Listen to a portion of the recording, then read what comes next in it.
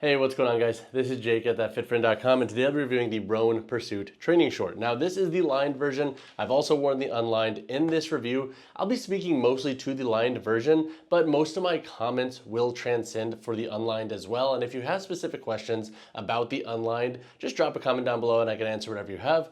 But to set the stage here, I'm gonna be honest, I didn't love the Mako short, and I know some of you who've already worn Rhone, you may disagree with me there, but for me personally, I just thought the Mako was a little bit too stiff. It constantly rode up my legs, and I feel like the Pursuit is just a way better made short, and honestly, Rhone is starting to win me back over for training gear. And to just kind of give more context there, some of the shorts that I keep most heavily in my rotation right now include the 10,000 interval short, the Legends Lucas short, and the new Pacebreaker model from Lululemon. Not the old model, the new model that has a bit more space. Now, three things to like with the Pursuit short is number one, if you're somebody who is really big on having a very high stretch shell with your short, this can be a great option to go with. The shell on this short is incredibly comfortable. It feels super good on the skin. It just feels very easy to wear for longer durations, and it just feels very comfortable for all of your training sessions. So for running, for cross training, for lifting, the short shell does a really good job. And then that takes me into my second pro, which is the liner.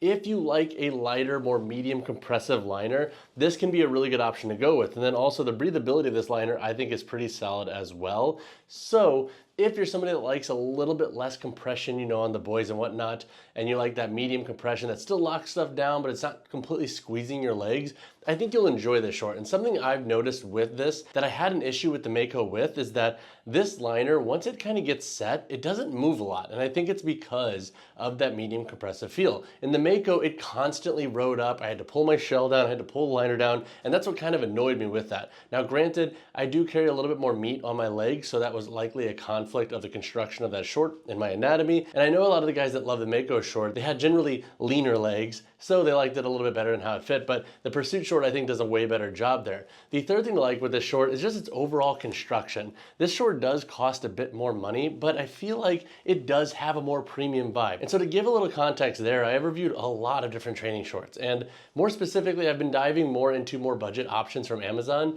And you could always tell when you have a budget short when it comes to materials and stitching. This short just feels really well made, feels very well put together. So if you want a short that's not only comfortable and stretchy, but also feels good for longer durations of wear, the Pursuit can be a great option. But now let me talk about a couple of cons that I have found with the Pursuit short. All right, so the first con that I could see folks having with the Pursuit is it's not going to be the best short for storing stuff in your pockets. And this is similar to some of my beloved Vuori shorts that also have kind of this lighter weight shell construction or just lighter weight material, because the issue with that is while it's very comfortable and while it's decent for stuff that's lighter in weight, if you put a phone in the pocket of these, if you put your wallet and stuff, because they are a lighter weight, stretchier shell material, and also on the liner if you use the phone pockets, it can kind of sway a little bit more and you'll see it sticking out a bit more. So if you're somebody who is big on having pockets that are a little bit better at carrying heavier things, so think your keys, your wallet, your phone, and you need that to have a little bit more security to it when you're being a bit more dynamic with your movement,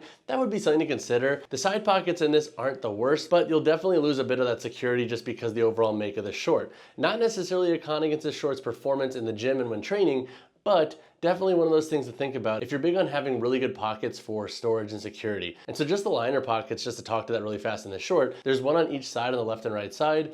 It works decent for your phone, but you can feel it move a little bit. So think side to side around the leg when you're sprinting and doing stuff that's a little bit more dynamic. If you have your AirPod case or your keys in that pocket, it's not the biggest deal. They shouldn't move too much, but as you get more dynamic, that's definitely something I picked up on. The second con that I could see folks having with the short is if you do a lot of barbell work and you need a short that's a little bit more, call it like rigid or a little bit more built out with its shell regarding its structure and how it feels, that would be something to consider with the short. The short is awesome for its overall comfort, and I think for just generalists in the gym who are just doing deadlifts here and there, some cleans here and there, they'll be fine. But if you are a powerlifter or if you're a weightlifter and you are constantly having knurling hit the shorts, you may want something that has a bit more of a rigid feel to it because it can slide that knurling a little bit better. But for the most part, I don't think that's going to be a huge issue. It's just one of those niche strength sports things that I would say consider with the short. But now let's dive into the performance of the Pursuit short. Hey y'all, if you decide to go with the Pursuit short or any of Rhone's gear, use that FitFriend20. It will save you 20% on your first purchase. That's the code that I personally have used to pick up new gear, and that what I usually recommend for friends friends who are looking into their stuff. It supports the channel and whatnot, but at the end of the day, make sure you actually like the stuff before you buy and use the code. It will save you some bones, but the biggest concern for me is making sure you're getting into gym gear that you actually like, that makes sense for your needs. To discuss the performance of this short, I'll discuss how they do for lifting, cross-training, short runs, and daily wear. When it comes to lifting, I have actually enjoyed this short a lot more than I thought I would. Honestly, for most of my lifting sessions, I rock the Lucas short from Legends or the interval short from 10,000. This is going to probably get into my rotation, especially for my workouts that are a little bit more dynamic or hypertrophy focused. The stretch of the shell is awesome for moving with the hip when you're going into deep flexion. And when it comes to just being a little bit more dynamic, so think like doing any form of dumbbell or kettlebell snatch or any type of power focused lift, I just enjoy how this short feels. And I also like that the shell doesn't get hung up on the legs. So if you do have slightly meatier legs like myself, this short should do a pretty good job at giving you enough space to not always get hung up. And I do appreciate that the liner sets and you can just kind of forget it when you're training, as opposed to other liners that ride up, you have to pull it down. And that is something I think that comes along with this short being a little bit more premium with its price. When it comes to cross training, I've also really liked this short. It breathes decently well with the liner and it moves well with the body. And I also like that it has the drawstring that you can put internally. So if you want this drawstring out of the way while you're training, that is also a perk of the short. My only real knock against this short for cross training, and this also goes for my short run section, is that if you're training in a super humid gym, like it is crazy humid here in St. Louis right now, I think you will notice that this short isn't gonna be completely sweat wicking. You will hold a bit of sweat with the waistband, but that kind of comes with the trade if you're training in super humid climates. But this short is not gonna be impervious to not having any type of sweat being held in while training. For short runs, the short does a pretty good job. And I think from a mobility standpoint and a breathability standpoint, this short nails it, especially for a short that can transcend a bunch of different training niches. The only caveat that I have with this short for short runs is that if you're big on carrying your phone with you, you may want to be a little bit conscious of this short, just because the liner being a lighter compression, it's not going to give you the most lockdown with a phone, or at least a modern day iPhone that is pretty blocky at that. So definitely some food for thought there. You might just want to get a fanny pack or something like that if you're going to be carrying your phone with you, but you want to rock this short. And then for daily wear, I really enjoy this short. I like how casual it can be, and that comes, I think, with the more premium price point and just the better stitching and the better overall look of it, the minimalist branding. If you want a short for training but then wearing out and about, this can be a great bet just due to its overall comfort and mobility. All right, so now who should buy the Pursuit short? Number one, if you're big on having a super stretchy shell that feels super lightweight on the skin, whether it's the lined or unlined version, this can be a great option to go with. Number two, if you want a training short that you can wear on a daily wear and casual basis, but then also train in and just use for a variety of contexts in the gym, the short can make a lot of sense. Number three, if you wore the Mako short, and I know this might be controversial for some, and you found that short to just be a little bit too snug with its leg openings and the compression liner, I think the Pursuit short is worth a try. I think it's gonna feel a lot different, and it's gonna feel a little bit more whimsical and spacious compared to that model. Now, who shouldn't buy the Pursuit short? Number one, if you're a die-hard Mako short lover, you may want to pass on this model and go with something that's gonna be a little bit similar to the way that short fit. This model will feel different, just keep that in mind. Number two, if you're a competitive strength sports athlete and you need a short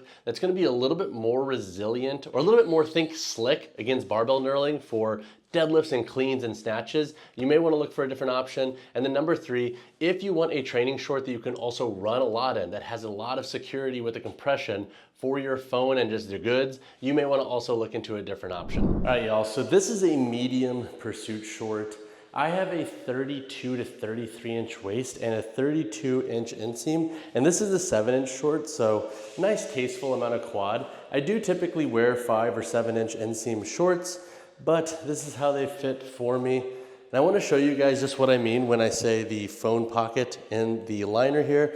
So again, it can fit, but if you're doing a lot of movement, it can slide a little bit. So you'll want to keep that in mind. And then also with the shell pocket here, like you can see that it moves a lot, whereas if you have a short that's a little bit more form-fitting and has less stretch, that won't happen as much. So I did want to show y'all what kind of happens with the pockets and what I was talking about in that con section. Not the end of the world, and like if you're just wearing them casually like this, it doesn't really bother. It's more or less like if you're moving really dynamically, or if you're, kicking up your hips a lot and getting into deep knee flexion, hip flexion, then you might want to be a little bit more conscious of that if you're super OCD on your pockets. So sizing and fit, I would say go true to size for most individuals. All right, guys, that wraps up my review of the Rhone Pursuit short. Honestly, again, I wasn't the biggest fan of the Mako short.